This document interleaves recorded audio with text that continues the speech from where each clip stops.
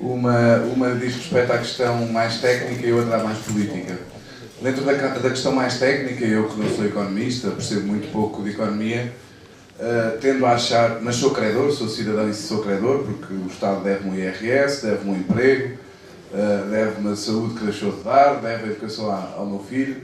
Portanto, uma das coisas que eu gostaria de colocar à mesa é se não está na hora de inverter o debate da dívida para o campo onde quem supostamente está a pagá-la, imposto pelos nossos governantes, não deve ser tomado como credor, e a inversão do discurso político no sentido em que se começa a dar uns passos além da questão que eu acho que é justa de não pagamos e de repudiar a dívida, que eu não consigo perceber bem nuance, eu acho que é para mandar a dívida, é para rasgar o livro de contas, portanto é para não pagar, seja lá que nome é que isso tenha, mas acima de tudo traduzir aquilo que na vida das pessoas a vida se traduz, não é? Não é preciso ir ao argumento mais populista, mas que ainda assim me parece justo, de que há pessoas a suicidarem-se um pouco por toda a Europa porque não querem contrair dívidas para o seu filho. Isso está expresso na nota do grego que se suicidou, num casal de desempregados que se suicidam para Sotarcos em outubro, por aí fora.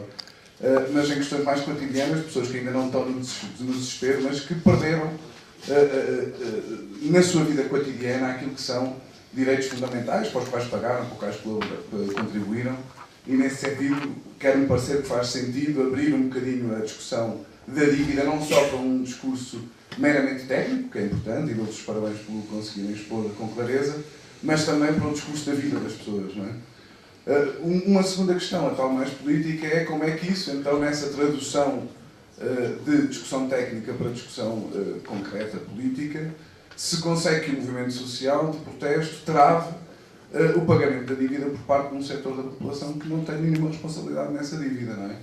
Porque é relativamente frequente o debate sobre a dívida estender-se em grandes debates, grandes discussões técnicas, mas vê-se pouco, mesmo os economistas e os políticos que repudiam esta dívida, é uma minoria em Portugal, como nós sabemos, que depois se juntam à luta popular e à luta de protesto para transformar aquilo que é, o que me parece ser, dentro da minha humildade, a única maneira de o conseguir fazer, não é? Retomando aquilo que nos foi tirado. Há duas questões concretas que aqui se podem articular, não é? Como reforçar esse movimento social de protesto e como traduzir esta questão do crédito, não é? Seja isso no anulamento das moedas que andam a extorquir-nos o bolso, no caso português o euro, não é? Qual a relação da dívida então com o euro e qual a possibilidade de falar de suspensão da dívida sem falar da saída do euro, e por outro da questão da nacionalização da banca, que pelos vistos até agora governos que no marco do capitalismo, como o argentino, estão a fazer, como é que isso pode não ser um tema absolutamente crucial para a questão da dívida? De Charles André Henrique, que disse, e para mim foi uma grande satisfação, de que os marxistas não repararam, não notaram, não salientaram, não apontaram o deslize, a transferência de poder que se operou entre a classe política, os governos, para os representantes da banca em quase todos os, pelo menos na Europa. Eu digo isto porque, de facto, tenho verificado que só há uns meses, talvez um ano, que deixei de ler os jornais, mas antes disso, portanto, em 2007, 2008, lia ativamente e buscava muitos jornais por razões dessa crise e nunca vi nenhuma denúncia de como é que este problema da dívida ia aumentando e ia nos tornar reféns de toda uma política futura por largas décadas. E julgo que os partidos políticos, naturalmente da esquerda, ainda procuram assobiar para o lado quanto a isso e verem que o problema é de políticas, o problema é de chegar ao Parlamento, o problema é de chegar ao governo pela via eleitoral. Eu costumo, este aspecto e outro, costumo procurar discutir nos partidos políticos e nos movimentos sociais, como por exemplo a plataforma 15 de outubro, e parece passar completamente despercebido, entrar por um ouvido e passar por outro, que o problema essencial é o facto de que o processo eleitoral, que é um processo de engodo e de ilusão, assenta no facto de o sistema funcionar no chamado, aquilo que eu chamo um pseudo-triângulo democrático. Temos a classe dominante, que de facto é os banqueiros e os belmírios e outros grandes, e temos a classe política que não faz outra coisa senão transferir para o legal e para as decisões da governação a utilização dos dinheiros públicos. Portanto, todo este processo das parcerias público-privadas, os grandes empreendimentos onde havia os grandes negociatas, os roubos, a corrupção, eu costumo dizer que a classe dominante é igual à corrupção mais impunidade, já lá vou esse aspecto. E, portanto, dentro deste ambiente ideológico, o que é certo é que não se põe em causa este pseudo-triângulo democrático, em que outro extremo do triângulo é a classe média, que serve de balança para no processo eleitoral, decidir qual o governo de direita ou de pseudo-esquerda que vai representar os interesses da classe dominante no governo. Portanto, isto porquê? Porque talvez seja a razão porque não conseguem, quando eu falo, por exemplo, na criminalização dos atos políticos, fogem desse tema como o diabo foge da cruz. E nem sequer tentam pensar um bocadinho ou avançar com uma perspectiva de criminalizar para dar ao eleitorado uma esperança de que um dia, através, por exemplo, de um acervo de acusações e de elementos de acusação futura, de processo judicial futuro, para que as populações comecem a ver uma pequena luzinha ao fundo do túnel e a começam a pôr em dúvida todo este processo eleitoral através do qual tudo é legalizado e tudo é permitido.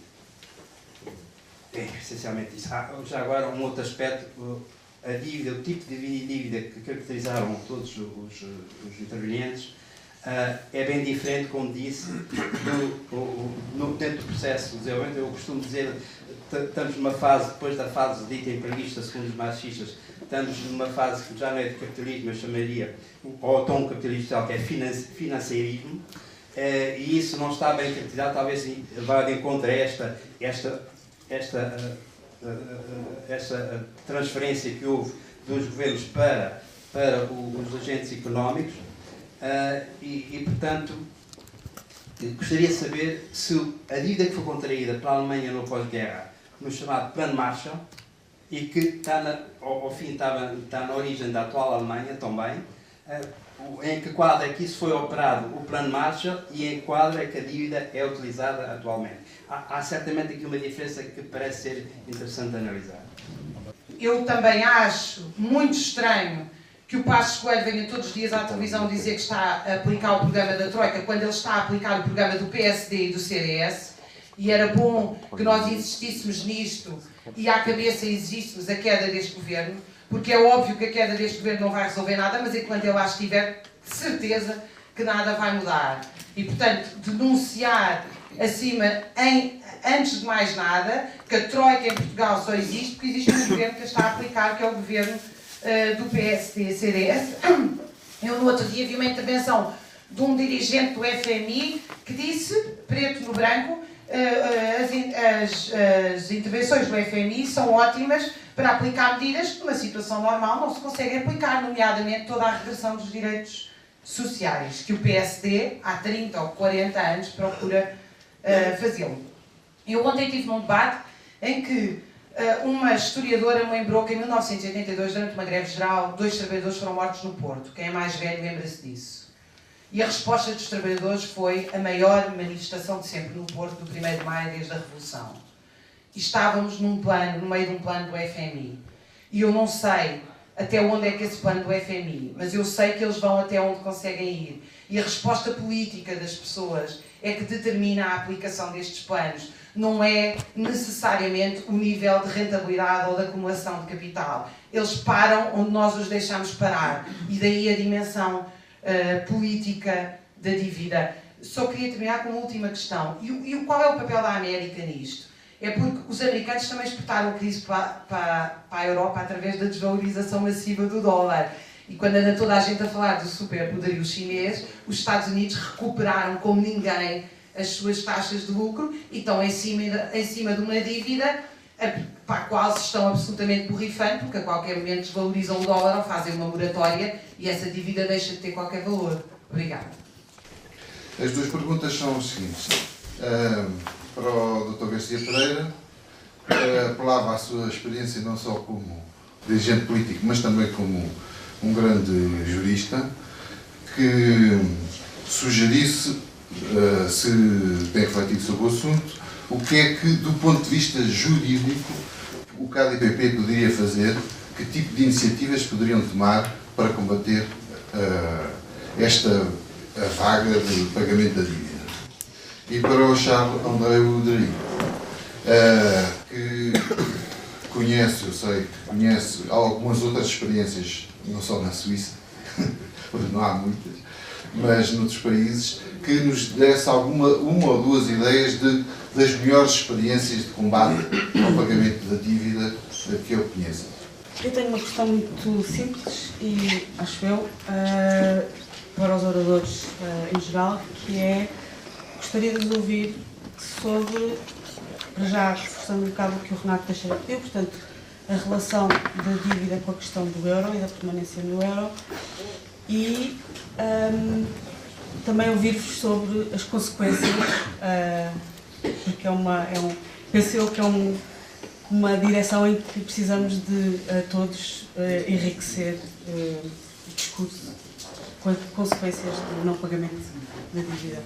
A minha questão é em relação às auditorias cidadãs. Eu acho que as pessoas têm dúvidas para que é que servem as auditorias cidadãs e queria à mesa que explicasse se é preciso fazer de facto auditorias cidadãs para repudiar a dívida, se elas são viáveis e se é possível disponibilizar a informação para que se levem a cabo as auditorias cidadãs. Em tom de provocação, em relação ao Renato, tu falaste na burguesia, eu compreendo quando tu falas na burguesia, a minha questão é, ainda existe burguesia em Portugal? Quantos é que são?